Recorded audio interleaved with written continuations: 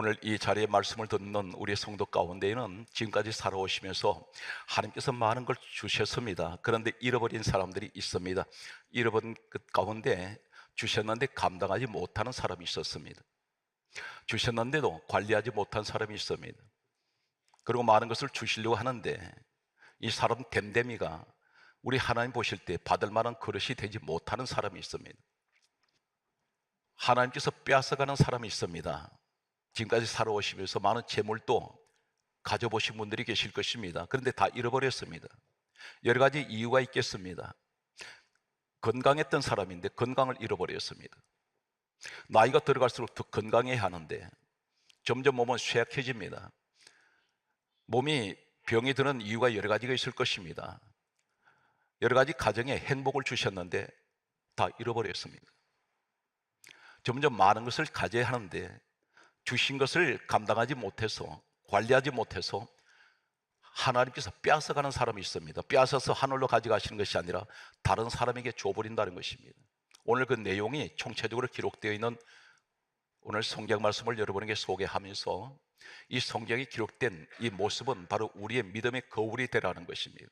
이렇게 하지 말라는 것입니다. 그렇게 하면 하나님께서 빼앗아 버리겠다는 것입니다. 하나님께서 이 자리에 많은 은사도 주셨던 분들이 계시고 재능도 주셨습니다. 남보다도 똑똑합니다. 지혜도 있습니다. 그런데 왜 안 될까요? 안 되는 이유가 있다는 것입니다. 모든 병은 원인이 있습니다. 병원에 가서 왜 검사를 합니까? 몸은 아픈데 원인을 알 수가 없는 것이 내 몸이라는 것입니다. 그래서 원인을 찾기 위해서 MRI 검사도 하게 되고 엑스레이 투시도 하게 되고 별별 검사를 다 합니다. 그 원인을 정확하게 찾아내면 치료가 될 수 있기 때문입니다. 오늘 왜 하나님 내 인생에 이렇게 파란만장한 우여곡절이 이렇게 많습니까? 총체적으로 여러 가지 이유가 있고 원인이 있겠으나 결론은 하나님께 그 원인을 찾아야 된다는 것입니다. 그것이 어떤 것입니까? 인류가 시작된 이래로 이 땅에서 최고의 지혜의 왕으로 이야기하는 한 사람이 있습니다. 이 사람이 솔로몬입니다. 솔로몬은 하나님을 믿지 않는 사람들까지도 지혜의 대명사, 지혜의 상징으로 솔로몬을 이야기를 하고 있습니다. 하나님은 이 사람에게 엄청난 지혜를 부어 주셨습니다. 그런데 결론은 다 잃어버렸습니다. 고대 역사를 보게 되면 이 사람 나이 60세까지밖에 못 살았습니다. 수명을 짧게 살았다고 볼 수 있습니다. 하나님 거두가 버리십니다. 나라도 빼앗겨 버립니다. 다 잃어버립니다. 이 사람 그 과정을 우리가 살펴보겠습니다. 솔로몬은 다윗 아버지의 대를 이어서 왕위에 올랐습니다. 이때가 약관 20세로 알려져 있습니다. 이 사람이 가장 먼저 왕이 되고 난 후에 하나님 앞에 너무나 하나님이 감동을 받으시는 한 가지 사건이 있었습니다. 그것이 전 성경에 어떤 누구도 할 수 없었던 일천번제 제사를 드리게 됩니다. 일천번제 제사란 말은 일천번제, 하나님 앞에 예배를 드렸다는 것입니다. 이 말씀이 열왕기상 3장 4절에 솔로몬이 일천번제를 하나님께 드렸더니 이어서 열왕기상 3장 5절은 이렇게 말씀하고 있습니다. 하나님께서 이 솔로몬의 어린 이 솔로몬이 드려지는 일천번제를 받으시고 난 후에 이렇게 기록하고 있습니다. 솔로몬에게 하시는 말씀이 내가 너에게 무엇을 줄고 너는 내게 구하라, 그렇게 말씀하신 내용이 열왕기상 3장 5절입니다. 이때 솔로몬이 이러한 고백을 하게 됩니다. 열왕기상 3장 9절 말씀을 보게 되면 이 솔로몬이 하나님 앞에 구하는 것이 주의 백성을 재판하여 선악을 분별하게 하여 주옵소서, 다시 말해서 지혜를 주십시오. 그랬더니 성경 말씀은 열왕기상 3장 10절에 이렇게 기록하고 있습니다. 솔로몬이 이것을 구하며 주의 마음에 던지라 하는 마음에 들었습니다. 그래서 솔로몬에게 하나님께서 이렇게 말씀합니다. 열왕기상 3장 11절 말씀을 보게 되면 너가 지혜를 구했으니, 12절에 이렇게 말씀합니다. 내가 너가 하는 말대로 지혜롭고 총명한 마음을, 그리고 내가 그것을 내게 주노니. 이 사람만큼 지혜를 많이 받은 사람이 없습니다. 이 사람 지금 무엇을 구했습니까? 왜 지혜를 구합니까? 성경 말씀 그대로 옮겨오면 주의 백성을 재판하여 선악을 분별하게 하여 주옵소서. 자기 백성이라고 말하지 않습니다. 주의 백성입니다. 주님 일을 위해서 제게 지혜를 주세요. 오늘 우리 가운데 제가 주님 일을 하고 싶습니다. 제게 재물을 주세요. 돈을 주세요. 그리고 지혜도 주세요. 솔로몬이 지혜를 받았습니다. 지혜를 받아서 이제 하나님 일을 해야 합니다. 그런데 이 사람이 하나님께서 지혜를 넘치게 주셨을 때 정반대 길로 가버린다는 사실입니다. 이 지혜를 가지고 주신 분은 하나님께서 주셨는데 이 지혜를 받아서 어디에 쓰느냐면 자신의 사리 사욕을 위해서 몰두합니다. 그리고 쾌락을 위해서 그 지혜를 씁니다. 자신의 권력을 높이기 위해서 지혜를 쓰게 되고 수많은 돈을 긁어 모으는데 하나님 주신 이 지혜를 가지고 악한 곳에 사용하기 시작합니다. 전 성경에서 이 솔로몬 말씀에 기록된 내용을 한 가지만 이 사람이 선한 일을 했습니다. 그것이 두 여자 재판한 사건밖에 없습니다. 성경 말씀을 이제 소개하겠습니다. 솔로몬이 하나님의 성전을 짓게 됩니다. 열왕기상 6장 1절에서 2절 말씀에 보게 되면 하나님의 성전을 짓는데 하나님께서 성경 기록은 누가 하셨습니까? 이사야 34장 16절에 하나님께서 이렇게 말씀하셨습니다. 너희는 여호와의 책을 읽어보라. 이것은 여호와의 입에 이를 명령하셨고 그의 영이 이것들을 모으셨음이라. 디모데후서 3장 16절에 말씀하시기를 모든 성경은 하나님의 감동으로 기록이 된 것이다. 하나님께서 성경을 기록하신 내용 가운데 이 중요한 내용을 기록한 내용이 열왕기상 6장 1절에서 2절을 보게 되면 솔로몬이 하나님의 성전을 지었다고 기록합니다. 그런데 그 성전 사이즈가 규격이 성경에 기록되어 있습니다. 왜 이렇게 기록하실까요? 성경 말씀을 보게 되면 열왕기상 6장 1절에서 2절이 이렇게 기록하고 있습니다. 하나님의 성전 길이는 60규빗이요 너비가 20규빗이요 높이는 30규빗이라. 그런데 성경 말씀은 이렇게 기록합니다. 열왕기상 6장 38절의 말씀을 보게 되면 7년 동안 하나님의 성전을 솔로몬이 건축하니라 이렇게 기록되어 있습니다. 그리고 이어서 6장에 하나님의 성전을 이렇게 지었다는 기록 다음에 7장 1절에서 2절이 시작되면서 솔로몬이 자신의 집을 짓는데 왕궁을 짓는데 13년 동안 지었다고 기록되어 있습니다. 하나님의 집은 7년 동안 지었는데 자신의 집은 무려 2배나 가까운 13년 걸렸습니다. 왜 이렇게 오랜 시간이 걸립니까? 그만큼 웅장하게 지었다는 것입니다. 그런데 어떤 사이즈가 나와 있냐면 성경은 대조하고 있습니다. 하나님의 성전은 길이가 60규빗이고 너비가 20규빗, 높이가 30규빗인데 7장 1절에서 2절 말씀 보게 되면 솔로몬이 자신의 집을 지을 때는 왕궁을 지을 때는 길이가 100규빗이요 무려 하나님의 집보다 40규빗을 더 크게 지었습니다. 그리고 또 이렇게 기록하고 있습니다. 너비가 50규빗이요 하나님의 성전은 20규빗으로 되어 있는데 너비가 이 자신의 솔로몬 집은 50규빗으로 지었습니다. 2배 이상 더 넓게 짓습니다. 그리고 높이는 똑같이 하나님의 성전 30규빗인데 이 솔로몬 왕궁도 30규빗으로 지었습니다. 한마디로 말해서 하나님과 맞먹겠다는 것입니다. 하나님 높이만큼 똑같이 짓습니다. 이 사람이 교만이 들어오는데 이 지혜를 부어주셨을 때에 하나님이 일을 하라고 주셨더니 이 사람이 하는 일은 전부 자신을 높이는 일만 사용하기 시작합니다. 그 내용을 계속해서 보게 되면 성경 말씀은 이렇게 기록하고 있습니다. 열왕기상 10장 1절에서 13절 말씀을 보게 되면 스바 여왕이 솔로몬의 명성을 듣고 찾아왔습니다. 시바 여왕이라고 되어 있습니다. 그런데 성경은 스바 여왕입니다. 그런데 이 여인이 찾아왔는데 이 스바 여왕이 솔로몬을 찾아와서 돌아갈 때까지 기록된 내용이 열왕기상 10장 1절에서 13절까지 기록이 되어 있습니다. 그런데 놀라운 사실은 이방 여자가 이방 나라의 여왕이 찾아왔을 때 전도를 해야 되는데 하나님을 이야기해야 되는데 이 사람의 말 한마디도 열왕기상 10장 1절에서 13절에 솔로몬에게 찾아온 스바 여왕이 와서 돌아갈 때까지 하나님이라는 단어가 한마디도 나오지 않습니다. 이 스바 여왕이 이 솔로몬의 지혜를 칭찬하고 높입니다. 이때 이 솔로몬 뭐라고 해야 됩니까? 이 지혜는 내가 똑똑해서가 아니라 우리 하나님께서 내게 주신 것입니다. 이렇게 고백해야 됩니다. 그런데 이 스바 여왕이 열왕상 10장 5절을 보게 되면 여호와의 성전의 청계를 보고 감동했다 있습니다. 건물을 보고 감동을 합니다. 이어서 열왕상 10장 10절에 이 스바 여왕이 고백한 내용이 나옵니다. 여호와 하나님을 송축할지어다. 이방 여인 입에서 하나님을 송축하는 하나님께 영광을 돌릴지어다. 그런데 이 말을 당연히 솔로몬이 해야 되는데 솔로몬은 듣고 침묵해버립니다. 한마디로 말해서 이 사람은 자기 교만에 빠져버렸습니다. 자아 도취에 빠졌습니다. 내가 잘났어, 내가 똑똑하기 때문에. 이 스바 여왕이 와서 이방 여자 입에서 하나님께 영광을 돌리는 이 말을 당연히 솔로몬이 해야 되는데 한마디도 하지 않고 침묵해버리고 하나님이라는 단어는 한마디도 하지 않습니다. 성경 말씀을 보게 되면 성경에 이렇게 기록된 내용을 소개하겠습니다. 열왕기상 10장 16절에 보게 되면 이 사람이 어느 정도로 돈에 미쳐버렸냐면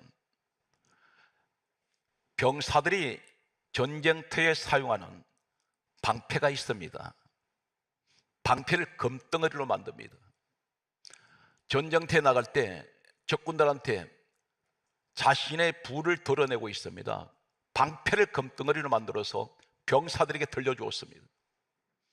적군들이 볼 때 뭐라고 생각했습니까? 얼마나 저 나라는 돈이 많길래 방패까지도 전부 다 금덩어리냐. 한마디로 말해서 이 사람은 재물을 자랑합니다. 성경 말씀은 계속해서 보게 되면 이 사람이 자신의 보좌를 어느 정도 높이느냐면 이 솔로몬이 열왕상 10장 18절 말씀에 보게 되면 상아로 만든 큰 보좌를 만드는데 상아가 무엇입니까? 코끼리에서 나온 겁니다. 이 상아 두 개를 만들려면 코끼리 한 마리 죽어야 됩니다. 근데 성경이 이렇게 강조하고 있습니다. 열왕상 10장 18절에 상아로 큰 보좌를 만들었는데 정금으로 입혔더라 이렇게 기록되어 있습니다. 상아에다가 정금을 입힙니다. 금덩을 입혀버립니다. 이 큰 보좌에 상아로 보좌를 만든다면 코끼리가 수십 마리가 죽었습니다. 여기다가 그것도 부족해서 금으로 입혀버린 이 상아. 성경 말씀은 좀 더 한 걸음 더 나가서 이 보좌가 어떤 보좌였냐면 열왕기상 10장 19절에 보게 되면 이 솔로몬의 보좌는 6청개가 있는데 6계단을 딛고 올라가야 됩니다. 그런데 놀라운 사실은 보좌 뒤에 둥근 머리가 있더라. 이 말이 무슨 말일까요? 이 보좌를 이 사람이 앉는, 왕이 앉는 보좌가 6청개를 딛고 올라가야 되는데 가장 높은 곳에다가 왕이 앉습니다. 무엇을 말합니까? 너희들은 나를 우러러 보라는 것입니다. 전부 올려다 봐야 됩니다.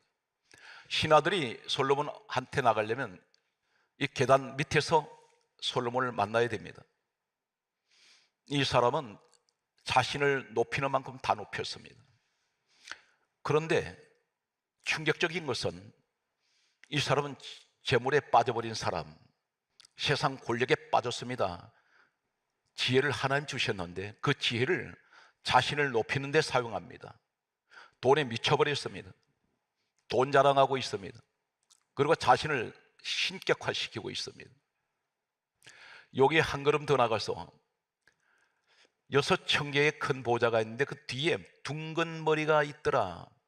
한글에는 둥근 머리 하면 보좌 뒤에 둥근 머리가 뭘까? 머리는 머리인데 둥글다는 이 의미가 어떤 것이냐면 구약 성경은 원문이 히브리어입니다. 히브리어 원문을 보면 아골, 이 둥글다, 둥근 이 말이 아골입니다. 아골이란 말이 어디서 유래가 됐냐면 히브리어는 에겔에서 유래가 되었는데 송아지란 뜻입니다. 이 송아지가 뭘까요? 출애굽기 32장 4절 보면 송아지란 말이 나옵니다. 그 송아지가 어떤 것입니까? 모세가 시내 산에서 올라가서 하나님을 만나고 내려올 때에 40일 만에 내려왔을 때 이스라엘 백성들이 땅에서 딱 산 밑에서 뭘 했습니까? 송아지 만들었습니다. 그것을 하나님이라고 떠들었습니다. 이 송아지가 바로 에겔, 에겔에서 유래가 된 이 뜻이 둥근 머리, 이것이 송아지 머리입니다. 무엇을 말합니까? 한마디로 말해서 솔로몬은 우상 섬기는 자입니다. 뒤에, 보좌 뒤에 송아지 머리가 있습니다. 그 형상에 무엇을 말하냐면, 나를 지켜주고 나를 떠받쳐주고 나를 보호하는 것은 이 송아지라는 것입니다. 보좌 뒤에 둥근 머리가 있다 했습니다. 과연 그럴까요? 열왕기상 11장 7절에 보게 되면 솔로몬이 타락할 대로 타락해 버렸습니다. 영적으로 타락했는데 이 사람이 무엇을 섬기냐면 우상 섬깁니다. 우상을 어떻게 섬기느냐면 성경에 이렇게 기록하고 있습니다. 열왕기상 11장 7절 말씀을 보게 되면 이렇게 기록하고 있습니다. 모압의 가증한 그모스를 위하여 예루살렘 앞산에 산당을 솔로몬이 지었다고 기록합니다. 여기 그모스가 송아지입니다. 그런데 하나님이 예루살렘 산 앞에다가 지었다, 이 말이 무슨 말이냐면 예루살렘은 하나님의 성전을 말합니다. 그곳에 성전 세웠는데 하나님 성전 정면 앞에 그 앞산에다가 이 그모스라는 송아지 형상을 세워놓고 거기서 제사 지냈습니다. 다시 말해서 우상을 하나님 앞에 세워놓습니다. 그래서 앞산이라고 기록합니다. 이 사람은 완전히 영적으로 타락해버리고 육신적으로도 타락했습니다. 우리 가운데 지금까지 이 모습이 우리가 비슷하거나 아니면 바로 우리의 모습이 있는지 모릅니다. 돌에 미쳐 살았습니다. 우상한테 빠져 있었습니다. 나 명예 높이려고, 권력 높이려고 했습니다. 하나님 내게 지혜 주셨는데, 은사 주셨더니 한때는 기도할 때 하나님 내게 이것 주시면 내가 주님을 위해서 살겠습니다. 그런데 그때뿐이었습니다. 받고 났더니 사람이 돌변해 버렸습니다. 어떻게 솔로몬 하나님께서 처리하실까요? 성경 말씀은 계속해서 보게 되면 이렇게 기록하고 있습니다. 이 사람은 심지어 그 당시에 솔로몬 시대에 금이 얼마나 많았는지 길거리에 돌멩이보다도 금이 더 흔했다 했습니다. 그런데 이 사람이 여기서 이 탐욕이 끝이 나질 않습니다. 어디까지 갈까요? 성경 말씀을 보게 되면 열왕기상 10장 29절에 보게 되면 애굽 나라에서 이 솔로몬 왕이 개인적으로 물건을 사들입니다. 거기에 여러 가지 군수물자도 사들이고 말들까지도 사들어 왔습니다. 그런데 성경 말씀은 열왕기상 10장 29절에 되팔았더라. 누구에게? 주변 나라의 왕들한테 장사합니다. 수입을 남기려고 수입을 해서 다시 수출합니다. 성경 되팔았더라. 솔로몬이 감당 못하는 보화를 가지고 있으면서도 그것으로 부족해서 다른 나라의 왕들한테 팔아먹습니다. 왕이 장사를 하고 있단 말입니다. 이 사람이 여기서 끝나지 않습니다. 성경 말씀을 보게 되면 충격적인 것은 열왕기상 11장 3절에 보게 되면 후궁이 700명이요 첩입 300명이라 1000명의 부인을 두었습니다. 이 사람들 다 어디서 왔느냐면 주변 나라에 이 사람의 머리가 자신의 머리를 믿고 한마디로 방법을 짜낸 것이 뭐냐면 각 나라에 있는 귀족들이나 왕족들의 부인들을, 여자들을 내가 아내로 맞아들이면 전쟁은 일어나지 않을 것이다. 화친을 하기 때문에 사돈지간이 되면 사돈끼리 전쟁하지 않을 것이다. 이 생각을 했습니다. 이것이 사람이 얼마나 어리석은지 모릅니다. 나라가 없어져 버립니다. 여기서 가장 심각한 것은 이 여인들이 순수한 하나님을 섬기는 이 나라에 이들이 들어오면서 각자 자신들을 섬기는 신들을 가지고 들어왔습니다. 난장판이 되어버렸습니다. 1000명의 여자가 각자 섬기는 신들을 가져왔다면 1000개 신이 들어왔다는 것입니다. 그래서 솔로몬을 계속해서 유혹을 합니다. 자신이 섬기는 신한테 예배하라고. 이 그모스를 섬기게 됐던 것이 바로 이 성적인 타락에서 왔다는 것입니다. 솔로몬은 성적으로 타락했고 재물에 눈이 어두웠으며 세상 권력에 눈 어두워졌습니다. 하나님 주신 그 은사, 그 재능을 하나님 위해서 쓰지 않습니다. 하나님께서 계속 지켜보시다가 여러 번 경고하셨습니다. 지금까지 우리한테 여러 가지 사인을 하셨습니다. 그렇게 하지 말라고. 그런데 깨닫지 못합니다. 하나님께서 하실 말씀이, 성경 말씀은 결국은 솔로몬이 어떻게 합니까?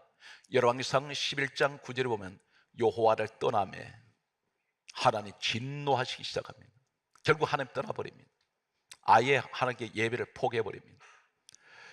우리는 지금 1년에 솔로몬의 그 과정을 보고 있습니다. 그런데 하나님께서 결론적으로 이렇게 말씀합니다. 열왕기상 11장 11절에 너 나라를 빼앗아 너 신하에게 주리라. 여기서 하나님 빼앗아버립니다. 혹 지금까지 많은 것을 가지고 있었는데 하나님께 빼앗긴 사람이 있습니다. 우리는 모든 문제를 하나님께 맞출 때에 왜 잃어버렸을까? 나는 너한테 나 잘 섬기라고 너 건강도 주었었고 많은 사업도 잘 되게 해줬었고 한때는 많은 재물도 주었다.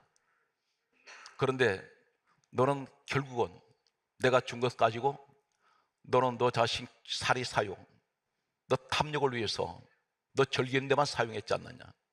온갖 음란한 짓, 세상에 손가락질 받는 이런 짓을 내가 했으니 나는 도저히 널 더 이상 지켜볼 수가 없고 내가 너에게서 성경은 빼앗아 이렇게 말씀합니다. 욥기서 9장 12절은 이렇게 말씀합니다. 하나님이 빼앗으면 누가 막을 수 있으랴 이렇게 말씀하고 있습니다. 신약은 고린도전서 10장 12절에 이렇게 말씀합니다. 너는 선줄로 생각할 때 넘어질까 조심하라. 이 말씀을 꼭 강조하십니다. 너 지금 내가 너를 설령할 때 조심하라는 것입니다. 언제든지 넘어질 수 있다는 것입니다. 그 빼앗기지 않도록 조심하라는 것입니다. 성경 말씀을 보게 되면 이렇게 기록합니다. 누가복음 16장 3절에 주인이 내 직분을 빼앗아 갔다고 말합니다. 이 말이 무슨 말인지 아세요? 교회에 살아온 성도는 주의 종이 직분을 맡길 때에 주의 종 생각으로 맡긴 거 아닙니다. 1년 동안 하나님께 기도하고 저 같은 경우는 성령님께서 지시하셔서 직분자를, 교회 안에 직분자가 높고 낮은 것이 없어요. 지푸라기 하나 성전 하나 짚는 것도 직분입니다. 그런데 예를 들면 구역장 직분 받았다가 중간에 내팽개치는 사람이 있습니다. 하나님 빼앗아버린 겁니다. 하나님 인격이 하나님이세요. 망신을 시키지 않습니다. 이유가 어떤 이유든 이사를 가게 되든지 직분을 못하게 합니다. 그리고 내 스스로가 내려놓고 싶을 때가 있습니다. 그것이 내 마음이기 전에 하나님의 마음이라는 것입니다. 너 하나 때문에 너 직분자로 세워놨더니 많은 성도들이 시험 드는구나. 한 영혼이 천하보다 귀한데 너는 전도 한 명도 해본 적도 없고 내가 너를 직분자로 세웠을 때 너에게 맡겨진 그 약물이들을 잘 관리하라 했더니 다 병들게 만들고 실족시키고 이렇게 지켜보시다가 안 되겠다. 아니면 너는 불가피 내 성각 속에서 내려놔야 되겠다는 생각을 갖든지 하나님께서 그렇게 만드셔서 조용하게 직분을 내려놓게 만들 때가 있습니다. 중간에 보면 직분 받아놓고 안 하겠습니다 할 때 저는 그분 설득하지 않습니다. 내려놓으십시오. 왜냐하면 저는 알고 있기 때문입니다. 아, 하나님의 사인이구나. 사랑하는 성도 여러분, 오늘 성경 말씀은 이렇게 기록하고 있습니다. 솔로몬이 이 과정을 거치고 난 후에 그가 나이 60이 다 되어서 이제 떠날 날이 가까이 왔을 때 이렇게 고백합니다. 전도서를 기록합니다. 전도서 1장 2절에 이렇게 말합니다. 헛되고 헛되며 헛되고 헛되며 모든 것이 헛되도다. 이 말 속에 무엇이 있습니까? 나는 세상을 다 가져봤습니다. 온갖 재물, 수단 방법 가리지 않고 다 모아봤습니다. 나는 1000명의 부인까지 두고 쾌락을 즐겼습니다. 나는 나 자신을 높이려고 신격화시킨 적이 있습니다. 권력이 전부인 줄 알았습니다. 그러나 지나고 보니 헛되고 헛되며 헛되고 헛되며 모든 것이 헛되도다. 그때 깨달았다는 것입니다. 잃어버리고 났을 때 성경 말씀은 예수님이 오셔서 이 솔로몬에 대해서 이렇게 말씀합니다. 마태복음 6장 29절 말씀을 보게 되면 이렇게 말씀합니다. 솔로몬의 모든 영광은 이 들에 핀 백합화 한 송이 꽃보다 못하도다. 솔로몬의 부귀영화, 그것은 들에 핀 꽃 한 송이보다 못하다는 것입니다. 인생을 한마디로 이렇게 성경은 단언을 합니다. 야고보서 4장 14절에 하시는 말씀이 인생은 잠깐 보이다가 없어지는 안개니라 이렇게 말씀합니다. 안개처럼 사라져 버립니다.